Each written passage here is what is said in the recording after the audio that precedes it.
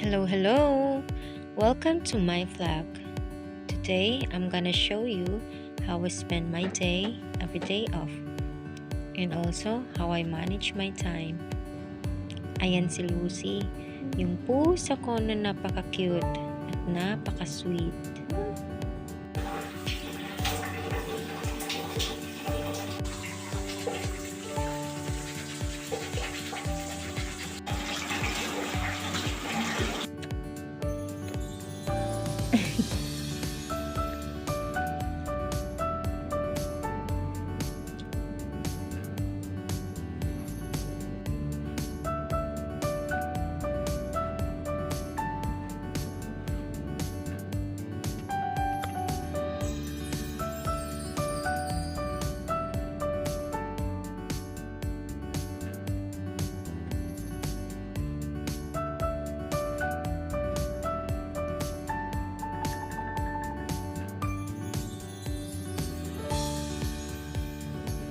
Napansin ninyong napakasimple ng mukha ko. Hindi talaga ako sanay maglagay ng heavy makeup kasi nakakatihan ako. Kaya ganyan lang kasimple. Pulbo lang, blush on, lipstick, and eyebrows. Yun lang. Napakasimple, diba?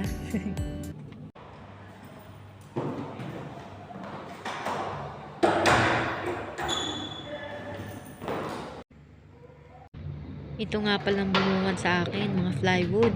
Akala ko pa naman, solo ko ang salamin. Tapos may panira. May mga ginagawa kasi silang flat sa ibang floor, kaya ganyan. So, ayan, aura-aura.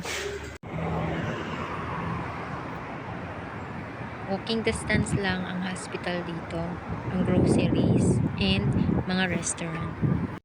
So, ngayon, pupuntahan natin ang spa kung saan ako nagpapamasahe. Laging ito ang aking ginagawa kapag day off, pantanggal pagod.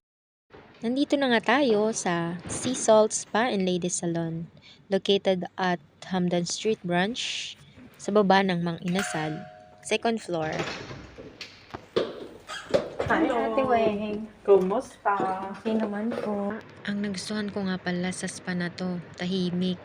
Kasi kapag magpapamassage ka, makakapag-relax ka talaga dito. Or kahit anong mga services ang ipapagawa mo, makakapag-relax ka din kasi tahimik nga. Ayan si ate. Nag-request nga pala akong i-soak muna ang paa ko sa mainit para mas dama ko ang relaxation bago ako magpamassage. Sarap sa pakiramdam, guys. Try nyo na. Mababait ang mga staff ng Sea Salt. At ito nga pala ang massage room nila. Malinis at mabango. Makakapag-relax ka talaga dito kasi tahimik. At mafe-feel mo talaga na madam ka. So, syempre, kailangan nating tanggalin lahat ng mga sagabal. Para naman hindi mahirapan ang masahista. Siya nga pala si Farida, galing Uganda.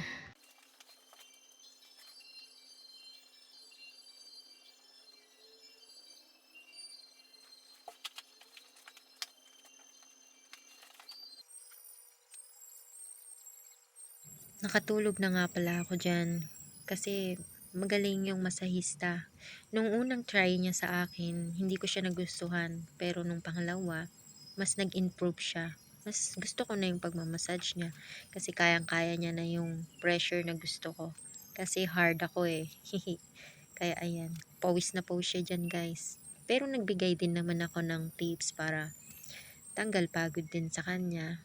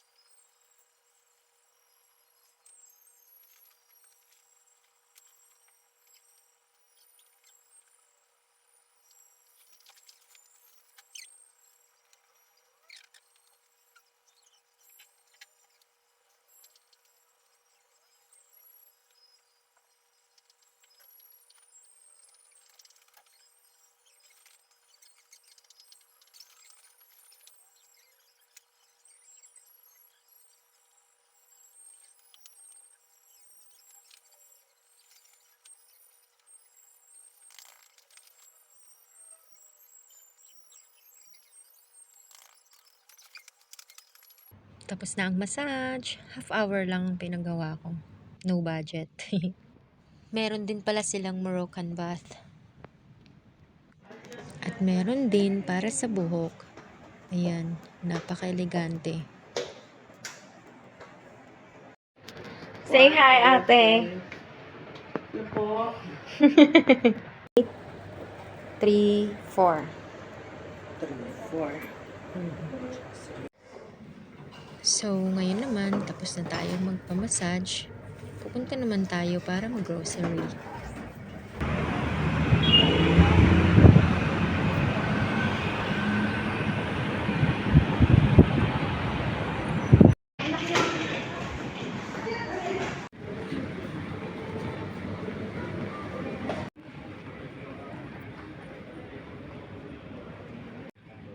Nandito na nga pala ako sa mall.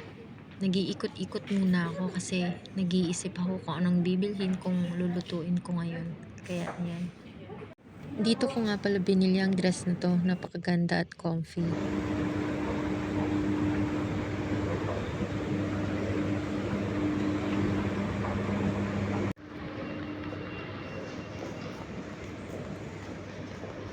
Iba na talaga ang tumatanda. Besh, napagod ako.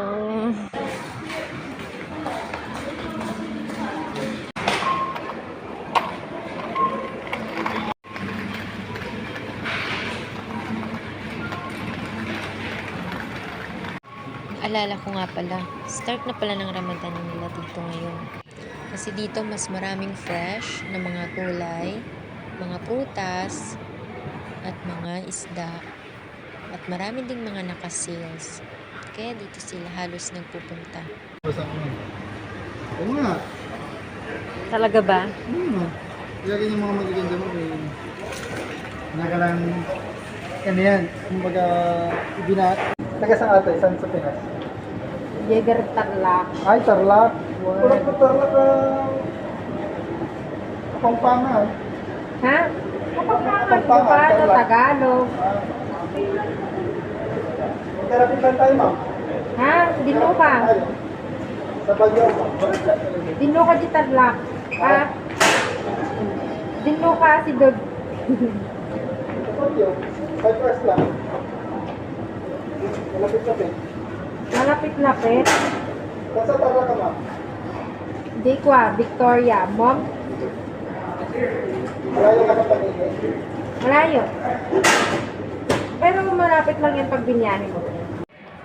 Ito ang mga pagkain nila para sa iftar. Parang gusto ko siyang itry, yun nga lang iniisip ko ang reaction ng tiyan ko. Kaya hanggang tingin na lang.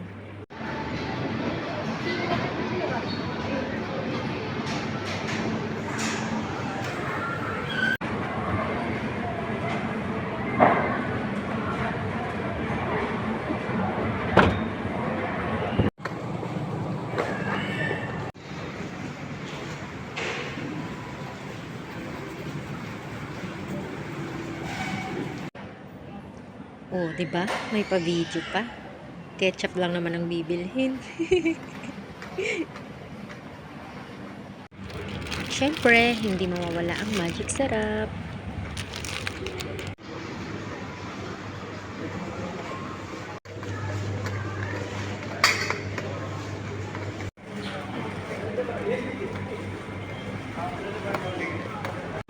At syempre, hindi ko makakalimutan ang pagkain ng pusa ko na si Lucy. Para tayo'y makatipid, nagdala ako ng sarili kong bag dahil ang plastic hindi libre. Okay. O, di ba, bongga? So, bago tayo umuwi, pupunta muna ako ng Mumsu. Magsukat-sukat ng mga sunglasses o anong bagay. And then, wala akong nabili. Wala pa kasing sweldo, kaya wala tayong budget para dito. Oh, ganda, di ba? Ito nga palang pailaw nila sa mall kapag Ramadan. Kaya may mga Christmas light. So, pauwi na ako. Tapos na ako mag-grocery. Pagpahinga na. At ito nga pala ang World Trade Center Mall, Abu Dhabi.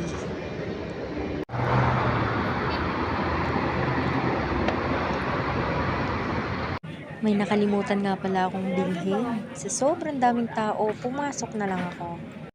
Bumili nga pala ako dito ng wrapper para dun sa lumpiang gulay na lulutuin ko para mamaya. At ito naman si kuya, nakaharang sa aking dadaanan. Hindi ako makavideo ng maayos. Ito si Ate Lynn, certified single, naghahanap ng jowa, ready to mingle. So ayan, waiting for the lift. Ayan. Oh, diba yung pusa kong excited pa sa pagdating ko? Sana all. Inaamoy talaga niya kung meron siyang pasalubong. Yun nga pala yung mga nabili ko, guys.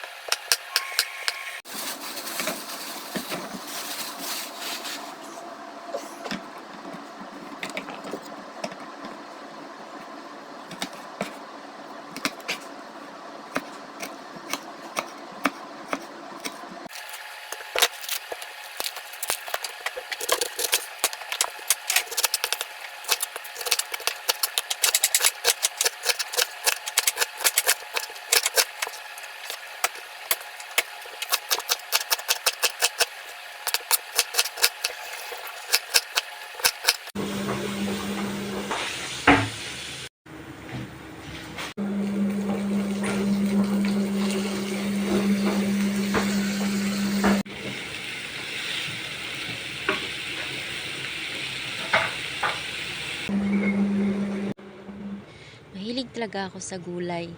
Kasi bata pa lang ako, iyan na ang kinalakihan kong ulamin. Dahil sa probinsya kami nakatira, ng mga lolo't lola ko.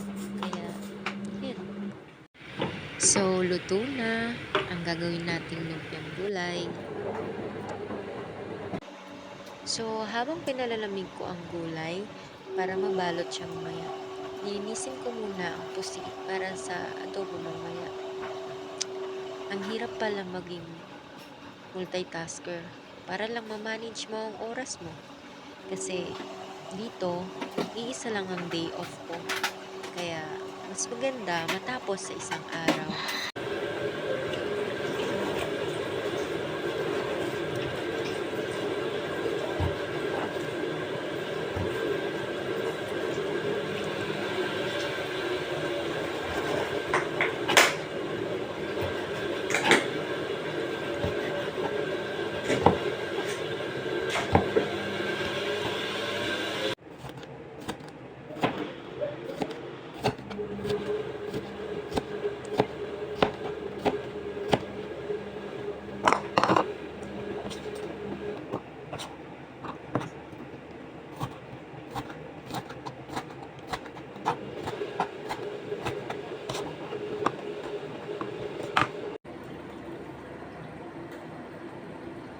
Lucy.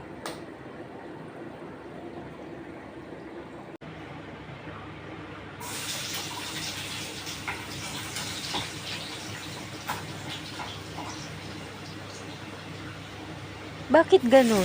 Kapag nagigisa, kailangan isa-isa. Pwede naman lahat.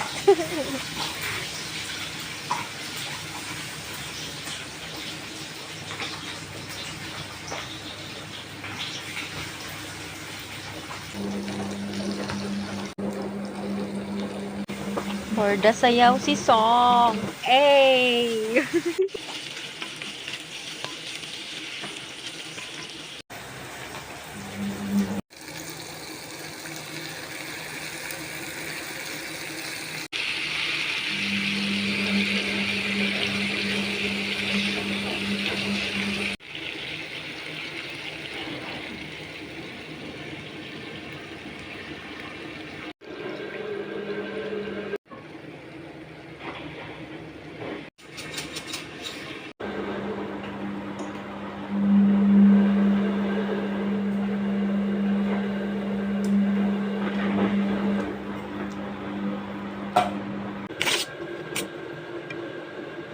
ayan na. For the ballot na ang person. Nakagawa nga pala ako dito ng 11 pieces. So, yung iba, i-preserve natin, ilagay natin sa freezer para kada pasok sa trabaho, meron tayong babaunin. O, diba? Nakatipid na naman tayo.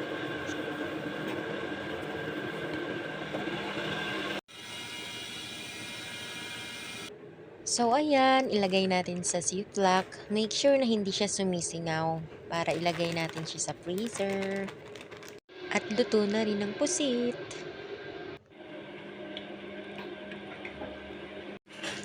OMG!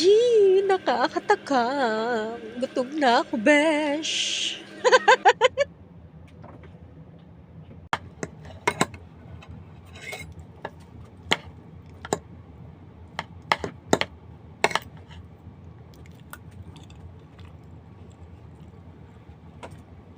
Alam mo yung masarap sa pakiramdam? Yung kinakain mo yung pagkain na alam mong pinagpaguran mo, pinagpawisan mo, at pinagtiisan mo. Lalo na't malayo ka sa iyong pamilya.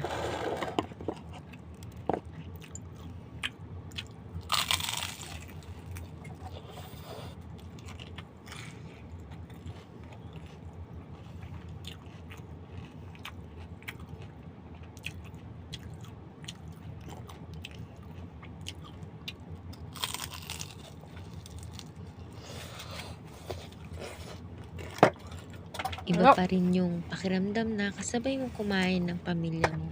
Pero ganun talaga, laban lang, tiyaga lang, kaya yan self. Siyempre, kung kakain ng mommy, kakain din ng baby. Hihi. Sige, kain lang ng kain para may lakas. Hanggang dito na lang. Salamat po. Sana nag-enjoy kayo sa panunood ng aking vlog. Salamat!